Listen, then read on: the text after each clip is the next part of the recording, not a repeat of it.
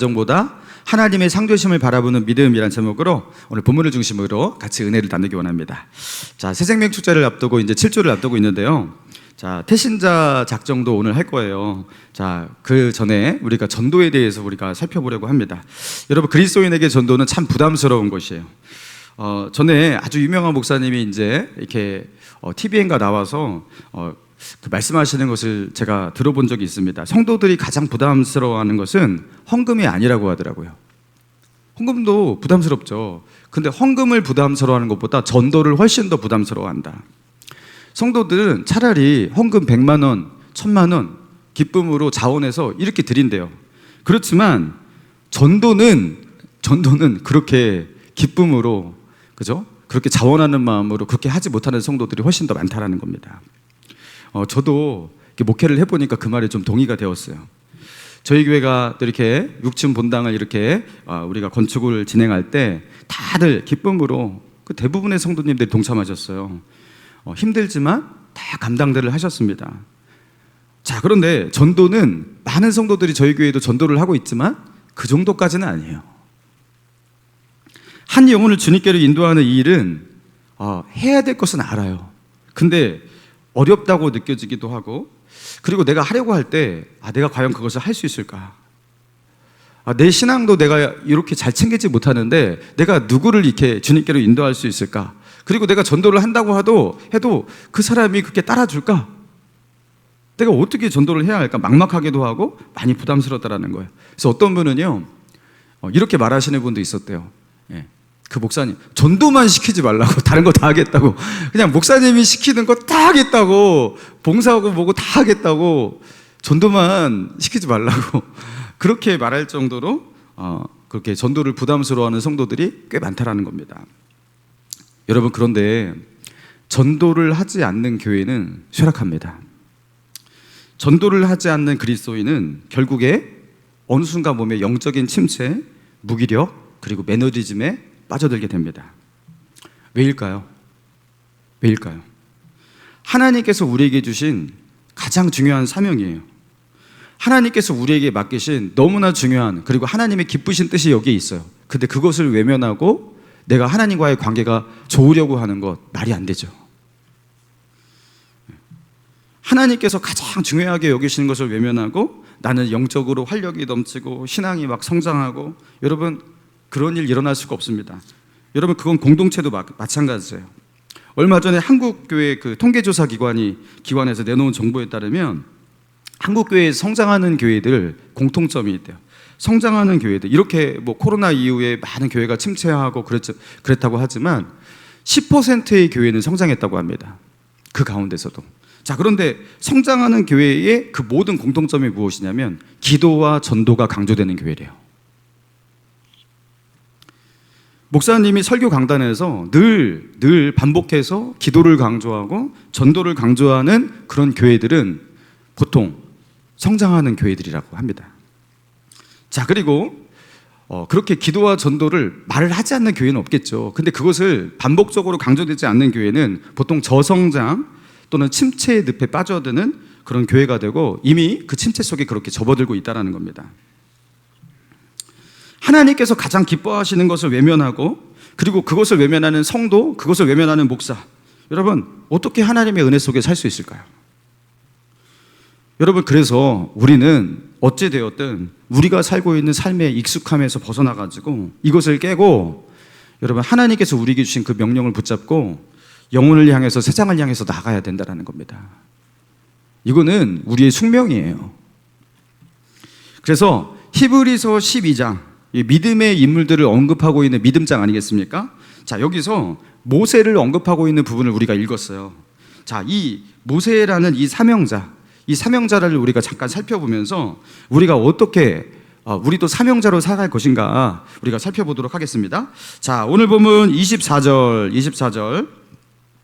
24절부터 26절까지 한번 천천히 읽어봅시다. 시작. 믿음으로 모세는 장성하여 바로의 공주의 아들이라 칭함받기를 거절하고 도리어 하나님의 백성과 함께 고난받기를 잠시 죄악의 낙을 누리는 것보다 더 좋아하고 그리스도를 위하여 받는 수모를 더 큰 재물로 여겼으니 이는 상조심을 바라봄이라. 자, 이게 무슨 말을 하고 있는지를 알기 위해서 여러분 출애굽기 1장과 2장을 좀 알 필요가 있는데요. 자, 야곱 가족이 그 팔레스타인 지역에 살다가 거기서 극심한 기근을 당하잖아요. 자, 그런데 애굽 땅은 그렇지 않았어요. 애굽 땅에는 많은 곡물들이 있었어요. 그리고 그곳에 그 야곱의 잃어버렸던 그 아들 요셉이 총리로 있다라는 소식을 듣게 됩니다. 자, 그래서 야곱 가족이 애굽 땅으로, 고센 땅으로 그렇게 이주를 하지 않습니까? 자, 야곱 가족이 그 애굽으로 이주한 뒤에 400년이 넘는 시간이 흘렀습니다. 자, 그리고 400년의 시간 동안 이 야곱 가족은요, 큰 민족이 되었어요. 번성해서 큰 민족이 되었어요. 자, 그런데 그것이 문제가 되었습니다. 자, 출애굽기 1장 7절에 보니까 이스라엘 자손은 생육하고 불어나 번성하고 매우 강하여 온 땅에 가득하게 되었더라. 요셉을 알지 못하는 새 왕이 일어나 애굽을 다스리더니 그가 그 백성에게 이르되 이 백성 이스라엘 자손이 우리보다 많고 강하도다. 자, 그러면서 애굽 왕 바로가 그 히브리인들, 그 이스라엘 사람들을 이들을 위협으로 인식을 하고요. 그들이 더 강해져서, 우리보다 더 많아지고 더 강해져서 이게 얘네들이 반란을 일으키면 어떻게 할까? 자, 그러면서 이들을 학대하는 그런 정책을 피기 시작합니다. 자, 그래서 국고성을 짓기 위해서 이들에게 무거운 짐을 다르게 하고요. 그 성벽의 벽돌을 굽게 하고요. 막 이런저런 어떤 노역들을 시키고 그것을 채우지 못했을 때, 그 할당량을 채우지 못했을 때 그들을 채찍질하고 때리고, 여러분 그런 학대하는 일들이 일어났다라는 거예요. 자, 그런데 출애굽기 1장 12절에 보니까 그러나 학대를 받을수록 더욱 번성하여 퍼져 나가니 애굽 사람이 이스라엘 자손으로 말미암아 근심하여 그들은 학대를 받을수록 더 번성하고 더 퍼져 나갔다라는 거예요. 그래서 바로는요, 이 히브리인을 완전히 압제하고 말살하는 아주 대대적인 정책을 펴는데요. 그게 무엇이냐면 그 중에 하나가 그 아이를 낳으면요, 그 아이가 딸이면 살리고, 그죠? 그 아기가 딸이면 살리고 아들이면 죽이는 거예요. 그래서 히브리 산파 2명을 불러다가 너희는 아들들은 죄다 죽여라, 딸이면 살려놔라. 근데 말을 듣지 않잖아요. 그래가지고 이제는요, 대대적으로 애굽 사람들이 이렇게 조사를 하면서 히브리인들의 남아들을 다 죽이는 그런 아주 그냥 비인간적인 그런 정책을 펼쳤던 겁니다. 자, 그 가운데 모세가 아기로 태어난 거예요. 그 모세의 부모님은 모세를 살리기 위해서 어떻게 합니까? 집안에 숨겨서 잠깐 키우다가 이 아기의 울음 소리가 더 커지고 그러면 못 키우잖아요. 그래가지고 나일강에다가 갈대 상자를 만들어가지고 거기다가 아기를 담고 떠나보낸 거예요. 하나님께 맡기고. 자, 그런데 그것을 누가 발견합니까? 바로의 딸, 애굽의 공주가 목욕하러 나왔다가 나일강에서 그 갈대 상자 안에서 울고 있는 그 아기를 발견하고 그 아기를 자기의 아들로 삼아가지고, 양자로 삼아가지고 궁에서 키우는 거죠. 그래서 모세는요, 애굽의 최고 권력의 자리인 그 왕자, 자기가 권력에 대한 어떤 그런 욕망이 있다면 바로가 될 수도 있고 왕이 될 수도 있는 어떤 그런 왕궁에서 왕자의 위치를 얻게 된 거예요. 자, 그래서 그가 왕자로서 왕실에서 그렇게 편안하게 호화롭게 안정되게 그렇게 살아갈 수 있는 그런 사람이었습니다. 자, 그런데 모세가 어느 날 어떤 선택을 하게 됩니까? 자, 출애굽기 2장 11절에 보니까 모세가 장성한 후에 한 번은 자기 형제들에게 나아가서, 히브리인들을 말하는 거예요. 자기 형제들에게 나아가서 그들이 고되게 노동하는 것을 보더니 어떤 애굽 사람이 한 히브리 사람 곧 자기 형제를 치는 것을 본지라. 좌우를 살펴 사람이 없음을 보고 그 애굽 사람을 쳐 죽여 모세 속에 감추니라. 자, 이 모세가요, 사건을 만들었어요. 자기 동족 히브리인들이 고되게 노동하는데 그 고되게 노동하는 그 자기 동족 히브리인을 학대하고 채찍질하고 짓밟고 있는 그 애굽 사람을 보고 참을 수가 없어가지고 어떻게 했다고요? 그를 돌로 쳐 죽였다라는 겁니다. 자, 그러면서 이 앞뒤 안 보고 모세가 이제 애굽 사람을 쳐 죽인 거예요. 그리고 이것이 탄로 났어요. 그래서 모세는 살인자가 되었고, 그리고 애굽에 대한, 바로에 대한 반역자가 되어서 도망자의 신세가 된 거예요. 그래서 미디안 광야로 도망을 갔어요.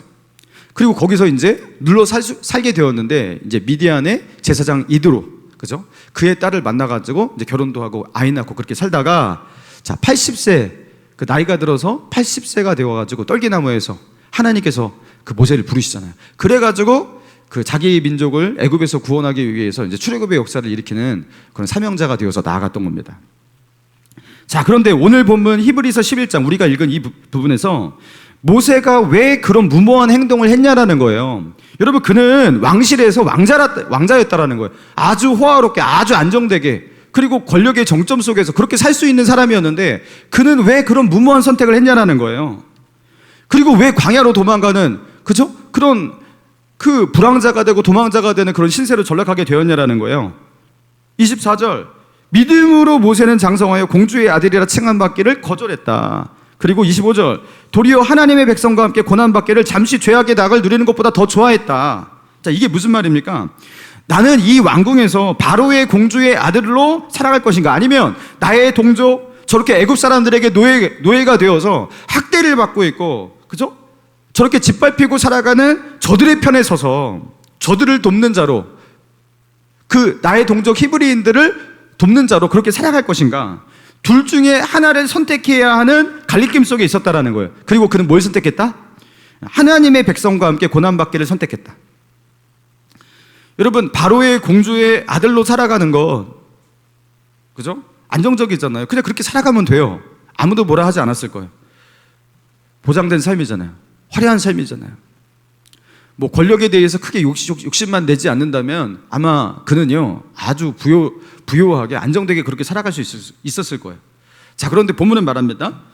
그렇게 살아가면서 죄악의 낙을 누리는 삶보다 자기 동족의 아픔, 그들의 짓밟힘, 그 속에서 그들을 구원하는 그 일에 자기 손을 내미는, 그죠? 손 내미는 그 삶을 선택했다라는 거예요. 자, 그리고 이런 선택을, 이런 무모한 선택을 하는 동기가 무엇이었다고요? 26절, 그리스도를 위하여 받는 수모를 애굽의 모든 보화보다 더 큰 재물로 여겼으니 이는 뭘 바라봄이라? 상주심을 바라봄이라. 여러분, 모세는요, 내가 이거 버리고, 내가 이거 애굽의 이 보화, 애굽에서의 이 안정적인 삶, 이 호화로운 삶, 이거 버리고 내가 이거 떠나도 하나님이 나를 보시고 나에게 상 주실 거야. 모세는 하나님의 상 주심을 바라보았대요. 바로가 주는 많은 재물들, 바로가 하사하는 많은 쾌락들, 즐거움들, 그 삶은 너무나 좋죠. 그러나 거기에는 하나님이 주시는 위로, 하나님이 주시는 상은 없어요. 자, 그런데 하나님이 주시는 그 상을 받기 위해서 그는요 이 모든 것을 포기했다라는 겁니다. 자기의 안정적인 삶을, 그 호화로운 삶을 여러분 다 내던졌다라는 겁니다. 자, 그러면서 27절에서는, 본문 27절에서 뭐라고 말합니까? 믿음으로 애굽을 떠나 왕의 노함을 무서워하지 아니하고 곧 보이지 않은 자를 보는 것 같이 하여 참았으며. 자, 믿음으로 애굽을 떠났대요. 믿음으로 그 애굽 왕 바로의 노함을 무서워하지 않고 일들을 저질렀대요. 모세의 이 모든 선택의 동기가 무엇이냐면 그의 믿음이었다라는 겁니다. 여러분, 모세의 이 모든 선택은 믿음이었다라는 겁니다. 자기의 안정적인 삶을 포기하고 하나님의 백성과 함께, 그죠? 하나님이 그에게 주시는 그 사명에, 부르심에 응답하는 삶을 살아가는 것, 그래서 하나님이 주시는 그 위로와 영광을 바라보며 택하며 나아가는 것, 이게 믿음이래요. 하나님의 상 주심을 바라보고 이 땅에서 나의 안정적인 삶을 포기하고 나아갈 수 있는 이런 결단, 선택, 이게 믿음이에요. 사랑하는 성도 여러분, 제가 이 말씀을 묵상하다가 제가 이게 성경 통독을 이제 이 히브리서를 했거든요. 아, 이게 전도겠구나. 전도가 바로 이런 것이다. 여러분, 우리가 전도를 하지 않고 살아가잖아요. 여러분, 내 신앙만 좀 챙기고 내가 교회 다니면서 예배 드릴 때 예배 드리고, 그죠? 봉사할 때 봉사하고 헌금도 하고 뭐 목장 모임도 하면서 그 성도들과 교제도 나누고, 여러분 얼마나 행복합니까? 여러분, 여기서 믿음의 사람들과 마음 맞는 사람들과 서로 교제하고 서로를 위해서 기도하고 위로하고, 여러분 이게 얼마나 행복해요? 저는 다 알아요. 여러분이 행복한 거 딱 봐도 행복해 보이거든요. 되게 행복해요. 월, 화, 수, 목, 금, 토 되게 힘들죠. 직장에서 다 하고 그러면은 교회 가고 싶고 그러잖아요. 그죠? 그 교회가 우리의 위로가 되고 소망이 되고 여기에 행복이 있다라는 것. 야, 이렇게 살면은 계속 행복하겠다. 여러분, 이렇게 서로를 위로하고 격려할 수 있는 이 좋은 사람들, 이 믿음의 공동체 얼마나 좋냐라는 거. 이게 얼마나 안정적이에요. 딱 이렇게만 살아도 좋겠다. 어떤 분은 이런 생각도 하실 거예요. 우리 교회 더 커지면 어떡해? 더 커지면 어떡해? 지금도 5층, 6층 막 갈리니까 못 만나고 이게 더 커지면 어떡해? 목사님은 나한테 신경도 안 쓸 거야. 이런 걱정하고 계시고, 그죠? 저도 그 걱정해요. 여러분 그 걱정이 돼요. 저도요 그런 생각 가끔씩 들어요. 딱 이렇게만 목회하면 좋겠다. 성도가 늘어나니까 더 바빠지잖아요. 더 정신없고. 아니 내가 목회자로서 사역 마칠 때까지 이렇게만 사역해도 너무 좋겠다. 지금이 만족스럽다라는 거예요. 그런데 전도는요 여기에 파문을 일으키는 행위와 같은 겁니다. 전도는 나는 지금 이런 상태로 있지 않겠다라는 선포와 같은 거예요. 전도는 잔잔한 나의 삶에 파문을 일으키는 행위입니다. 때로 나는 나의 신앙조차 챙기는 것이 힘들고, 그죠? 내가 은혜로 사는 것조차 때로는 버겁고, 그냥 나는 나만 잘 챙겨도 그게 잘하는 거야. 이렇게 생각할 때가 있어요. 자, 그런데 여기서 다른 영혼을 생각한다? 다른 영혼을 주님께로 인도한다? 여러분, 이거 보통 마음으로 되지 않아요. 여러분, 전도를 하려면 그 영혼에게 엄청난 에너지를 투자해야 합니다. 여러분, 친한 사람을 전도하는 것도 굉장히 쉽지가 않아요. 오히려 친한 사람을 전도하는 게 더 어려워요. 말 꺼내는 것도 어렵고, 그죠?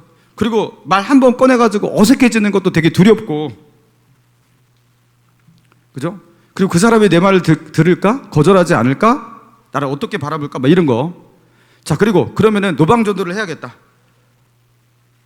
노방전도를 어떻게 해야 할지 모르겠는 거예요. 그죠? 목사님은 맨날 나가갖고 노방전도를 하래. 그걸 어떻게 해야 되는 거야? 이게 처음에는요 나가는 용기가 필요하거든요.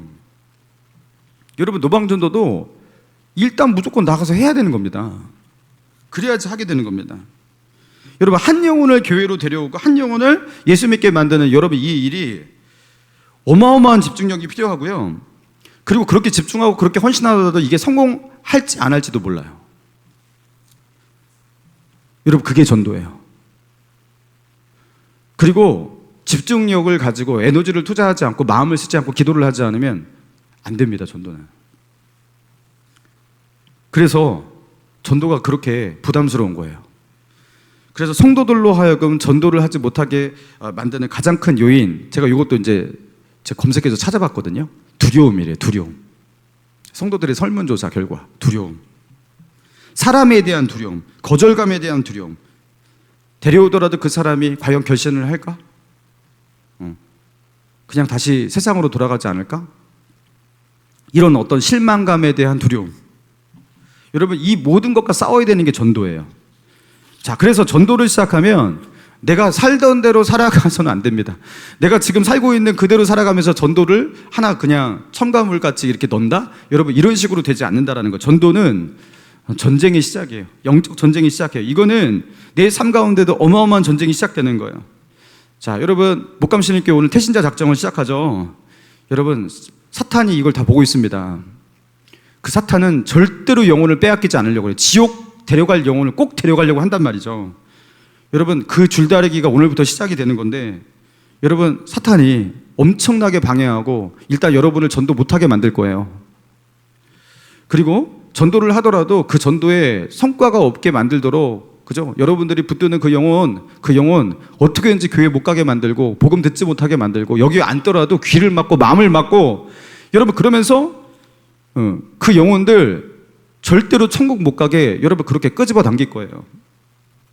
여러분, 이 줄다리기는요 보통 힘써서 여러분 그렇게 하는 게 아닙니다. 여러분, 이런 영적 싸움이 있는데 어떻게 평온한 삶이 되겠습니까? 여러분, 우리의 모든 안정은 다 깨지는 거예요. 새생명 축제를 하는 한 2달 정도는 저는 전쟁하는 느낌이에요. 여러분은 어떤 느낌이세요? 신앙이 연약하시고 이런 분들은요, 그냥 부담되고 그러니까 교회 안 나오시는 분들도 보여요. 그런데도 저는 밀어붙입니다. 절대로 타협하지 않겠다, 양보하지 않겠다. 이거 안 하면 이건 교회가 아니다. 그리고 나도 목사가 아니다. 하나님이 가장 기뻐하시는 일을 절대로 외면하지 않겠다. 나도 전도하겠다. 이러면서 싸우는 거예요. 절대 사탄에게 지지 않겠다. 그 영혼을 그렇게 사랑하시고 영혼을 그렇게 아끼시고 그리고 그 귀한 사명을 주신 그 하나님, 그 영혼 때문에 그렇게 울고 계신 그 하나님, 절대로 그 하나님의 마음을 외면하지 않겠다. 여러분, 모세가 살고 있는 평안한 궁, 모세는 거기를 떠나야 돼요. 거기를 버리고 떠나야 돼요. 그래서 애굽에서 노예로 살면서 온갖 고된 노동 속에 그 신음하고 있는, 학대받고 있는, 그죠? 그 동족들, 그 하나님의 백성들, 그 히브리인들을 구원하기 위해서 그 편안한 그 왕궁을 떠나야 돼요. 여러분, 우리도 죄악의 쇠사슬에 매여가지고 소망 없이 살아가고 있는 그들, 저 앞에 낭떠러지거든요.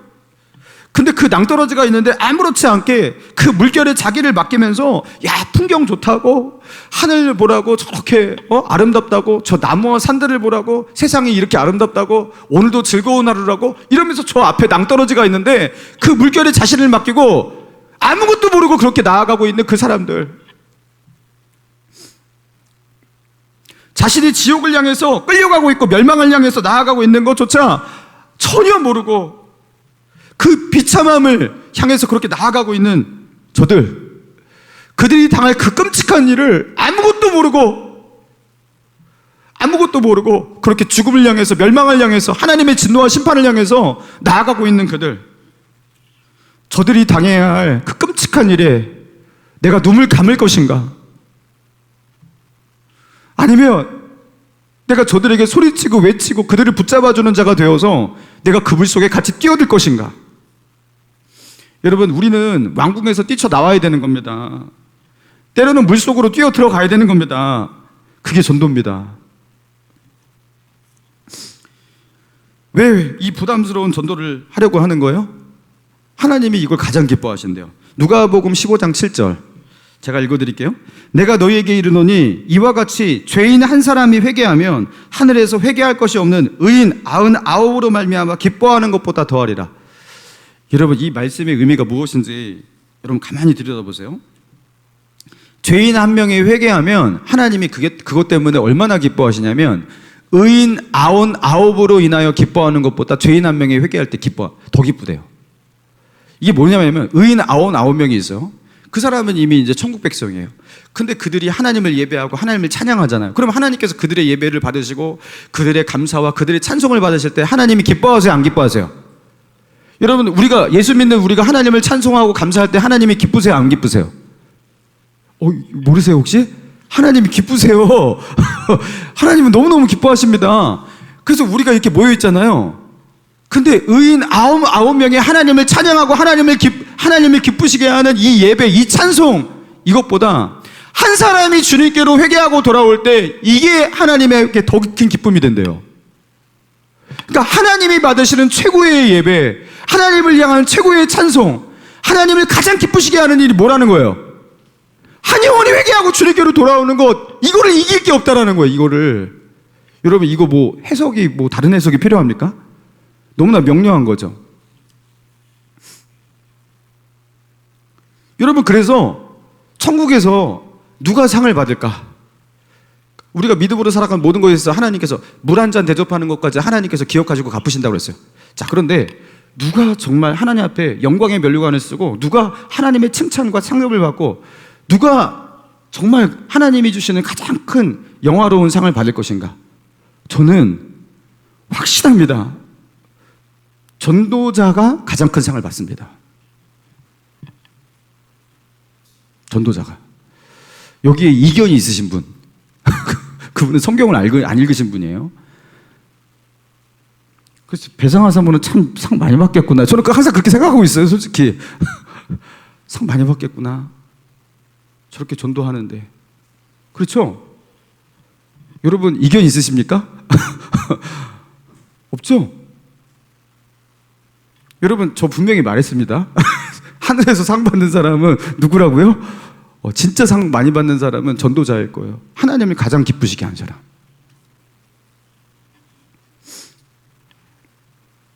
여러분, 예수님께서 승천하시기 전에 남기신 유언, 예수님의 마지막 유언이 무엇이었죠? 마태복음 28장 18절.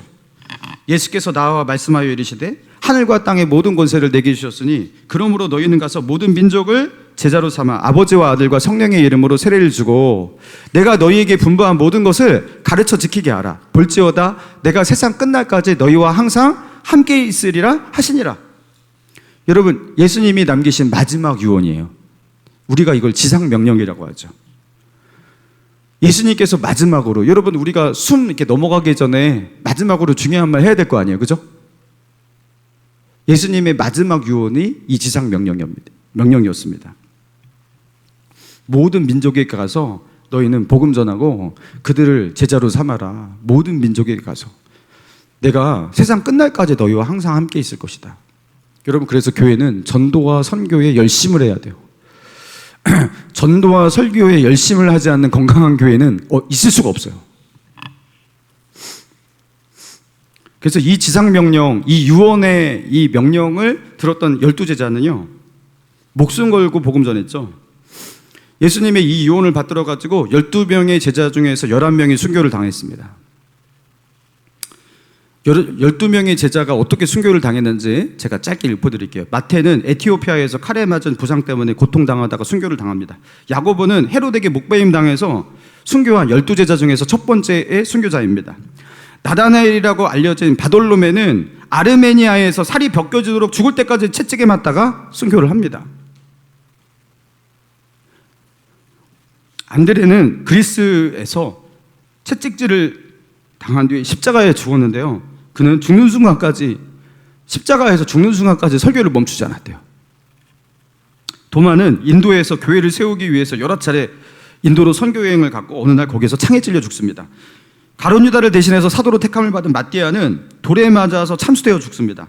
빌립은 터키에서 십자가형으로 처형을 당합니다. 다데오는 페르시아 지역에서 전도하다가 순교를 당합니다. 알페오의 아들 야고보는 이집트에서 전도하다가 순교당합니다. 그리고 순교당하지 않은 오직 한 명, 사도 요한이 있는데 이 사도 요한은 사실 순교한 거나 마찬가지예요. 로마의 대박해 물결이 일어날 때 그를 처형하기 위해서 로마 사람이 그를 잡아다가 끓는 기름 가마 속에 집어넣었어요. 끓는 기름 가마 속에 집어넣으면 바로 죽잖아요. 근데 사도 요한이 거기서 안 죽었어요. 멀쩡하게 살아나왔어요. 신이 그를 죽기를, 그가 그를 죽는, 그의 죽음을 막으신다 해가지고 로마 사람들이 사도 요한을 죽이지 않기로 합니다. 반모섬으로 그를 유배 보내죠. 그리고 반모섬에서 사도 요한을 유배당하는 그 시절에 요한계시록 그 환상을 봅니다. 그래서 요한계시록을 그렇게 기록한 거예요. 예수님의 12제자들 단 한 사람도 안정된 삶을 살아가는 사람이 없었습니다. 예수님께서 그들에게 주신 그 유언, 그 지상명령, 그걸 순종하기 위해서 모두 순교당했습니다. 다시 읽어드릴까요? 그러므로 너희는 가서 모든 민족을 제자로 삼아 아버지와 아들과 성령의 이름으로 세례를 주고 내가 너희에게 분부한 모든 것을 가르쳐 지키게 하라. 보라, 세상 끝날까지 내가 너희와 항상 함께 있을 것이다. 이거 그들이 귀로 들었거든요. 예수님의 이 유언, 이 명령, 이거 받들어 살기 위해서 결국에 그들 다 순교당했습니다. 사랑하는 성도 여러분, 예수님을 주님이라고 고백하는 모든 분들 여기 계십니다. 전도 안 하고 그렇게, 그죠?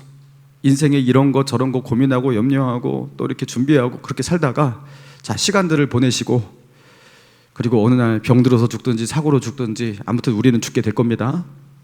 천국 갔어요. 천국 갔어요. 거기서 깜짝 놀랄 일이 있겠죠. 너 뭐 하다 왔니? 내놓을 게 없는 거예요. 어떻게 하실 겁니까? 내가 너희에게 그렇게 당부했던, 내가 가장 기뻐하는 것, 너는 나를 믿고 예수님을 믿고 구원을 받았는데 너는 누구에게 복음을 전하였느냐? 저 지옥으로 끌려가는 그 영혼들이 네 곁에 있고 수많은 영혼들이 있는데 너는 무엇을 했느냐? 여러분, 뭐라고 말씀하실 거예요? 그때 주님 앞에서 무슨 책망을 받으실 겁니까? 여러분, 그게 두렵지 않으십니까? 여러분, 그게 두렵다면요, 지금 우리가 살고 있는 그 왕국에서 뛰쳐나오셔야 되는 거예요. 여러분, 전도는 다른 영혼만 살리는 게 아니에요. 전도는 나를 살리는 겁니다. 사도행전 1장 8절, 오직 성령이 너희에게 임하시면 너희가 권능을 받고 예루살렘과 유대와 사마리아와 땅끝까지 이르러 내 증인이 되리라. 자, 성령이 임하실 때 성령으로 부어주는 그 권능 속에서 예루살렘, 유대, 사마리아 땅끝까지 복음을 증거하는 증인이 될 거라고 예수님께서 말씀하셨어요. 자, 그런데 자, 이게 다른 말로 순서를 바꿔보자면 성령의 능력은 그럼 누구에게 임한다는 소리예요? 여러분, 성령이 임하시면 땅끝까지 이르러 복음 증거하는 증인이 될 것이라고 그랬잖아요. 그럼 성령은 누구에게 임하시는 영이에요? 예수님을 증거하는 증인들에게 임하시는 영인 겁니다. 예루살렘과 유대와 사마리아와 땅끝까지 이르러 복음을 모르는, 예수님을 알지 못하는 그들에게, 그 예수님을 전하려는 자, 그들에게 하나님은 성령을 부으시고 성령의 권능을 주시는 거예요. 여러분, 우리가 전도를 할 때 전도를 하려고 하잖아요. 그럼 그때부터 하나님이 주시는 은혜, 하나님이 주시는 권능, 그 성령의 역사가 내 마음 가운데 시작이 되는 거예요. 왜냐하면 그게 없이는 우리는 이 사역을 감당할 수가 없어요. 그래서 전도하시는 분들은요, 하나님의 은혜와 성령을 강구하게 돼 있고요, 그리고 그것을 받게 돼 있어요. 근데 전도를 안 하는 사람은 왜 성령이 필요한 겁니까? 전도를 안 하는데 왜 성령의 능력을 구하고 있는 겁니까? 그렇죠? 그러니까 뭔가 맞지가 않는 거예요, 앞뒤가. 그래서 저는요, 요새 생각을 많이 바꿨어요. 내가 너무나 바쁠 때, 사역이 너무나 힘들어질 때, 내가 너무나 해야 할 일이 많은데 내가 감당할 수가 없을 때,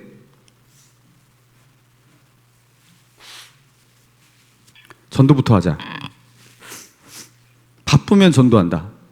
시간 없으면 전도하자. 이렇게 바꿨어요. 아니, 하나님이 가장 기뻐하시는 일을 하면, 그것을 공략하면 하나님께서 다른 것은 좀 이렇게 저절로 은혜 속에 되게 하시는 하나님의 은혜가 있을 거 아니겠습니까? 어떻게 이렇게 기특한 생각을 하지? 그런 생각이 들었어요. 그래서 그래, 전도부터 하자. 너무 힘들면 전도를 하자. 저는 여러분들이 저를 속썩이잖아요? 전도할 겁니다.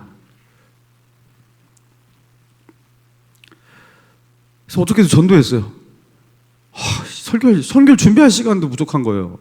너무 할 일이 많으니까. 쇼핑백에다가 물티슈 넣고 저녁에 나가가지고 전도하는데 막 비가 내릴 듯 말 듯, 이미 내렸고 조금 이따 또 내릴 것 같고 막 그런데, 아무튼 전도하자. 그래서 사람들이 너무 안 보이는 거예요. 빨리 이거 물티슈 나눠주고 들어가야 되는데 사람들이, 비가 왔다 갔다 안 하니까 사람들이 안 보이는 거예요. 그런데 그 가운데서도 안 보이는 사람이지만 몇몇 사람을 또 이렇게 만나가지고 또 얘기도 하고 전도도 할 수 있었어요. 목사님, 아니 목사님이 뭐 그것까지 하려고 하세요? 전도는 우리가 하면 되지. 목사님은 이 중요한 사역들도 있고 이거 설교도 해야 되고 이거 성도들도 이렇게 다 챙겨야 되는데 어떻게 전도까지 하세요? 저는 사탄을 이기기 위해서 하는 겁니다. 사탄이 가장 미워하는 일을 하면 될 거 아니에요, 그죠? 사탄이 가장 미워하는 일, 사탄이 가장 싫어하는 일, 나는 그것만 할 거다. 그게 딱 떠오르는 게 전도인 거예요. 기도하고 전도하고 이런 거. 여러분, 전도를 하면 영적으로 이미 제압하고 들어가는 겁니다. 하나님께서 성령의 능력을 주신다고 하셨잖아요. 여러분, 사역자로 사역할 때, 여러분, 내가 내 힘으로 힘써서, 내 열심으로 힘써서 노져가는, 여러분, 그런 것도 있겠죠. 자, 그렇지만 하나님께서 뒤에서 바람으로, 순풍으로 불어주시면 앞으로 나아가는 그 힘이 훨씬 더 강합니다. 저는 그것을 의지하는 거예요. 하나님께서 좀 밀어주시기를. 내가 조금 부족하더라도, 내가 조금 성도들을 돌보는 게 좀 신방이 약하고 좀 내가 손이 좀 안 닿더라도 성령께서, 하나님께서 나를 좀 밀어주시기를, 하나님께서 우리 성도들에게 역사해 주시기를, 하나님께서 그렇게 하실 것을 믿고 하나님이 가장 기쁘신 것을 해야겠다, 그런 마음으로 해요. 별로 전도를 이렇게 많이 하지도 못하는데도 그렇게 하려고 합니다. 전도를 하면서 설교를 준비하고, 전도하면서 기도하고, 전도하면서 예배하고, 다 살아납니다. 여러분, 신앙은 다 살아납니다. 제가 어저께 이렇게 설교도 준비하고 마치고 이렇게 가려고 보니까 이제 새벽 1시였어요. 가슴이 너무 은혜로 차갖고 그냥 걸어가는데, 집으로 걸어가는데 눈물이 나요. 하나님의 은혜로 가득 차갖고 막 은혜가 차고 넘쳐요.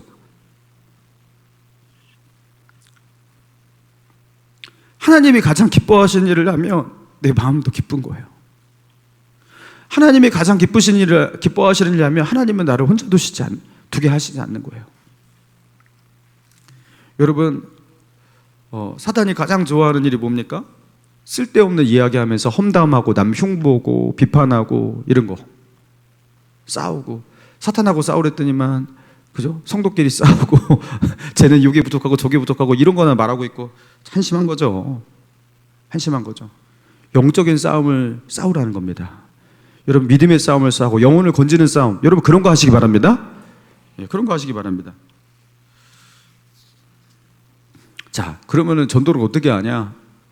제가 전도를 하는 방법을 정말 깨달았어요. 자, 어떻게 하는지 알려드릴게요. 잘 들으세요. 교회에 한 번만 나가자.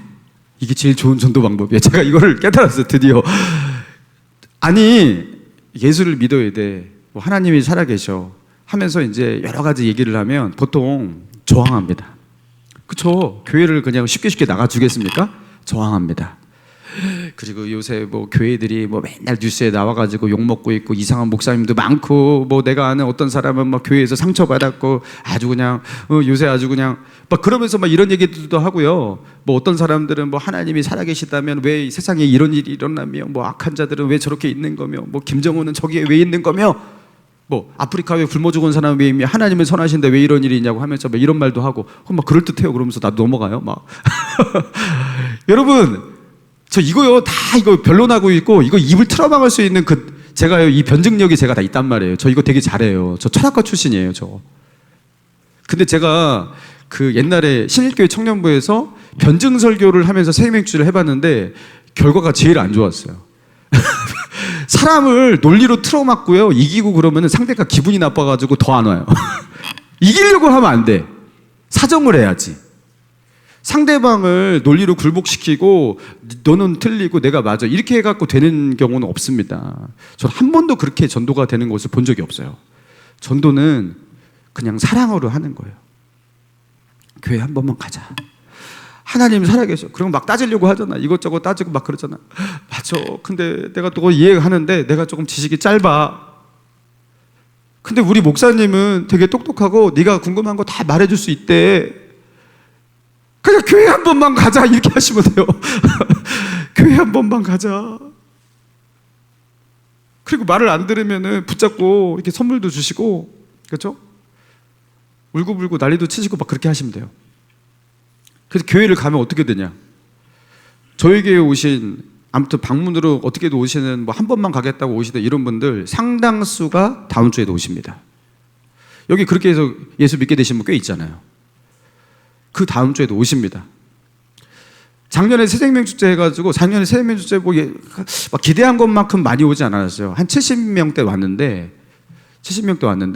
근데 그 새생명축제 한 2달여간 저희가 한 36명인가가 등록했어요. 여러분, 교회에 오신 분들이 그렇게 어렵게 겨우겨우 나 한 번만 갈 거야 하고 왔잖아요.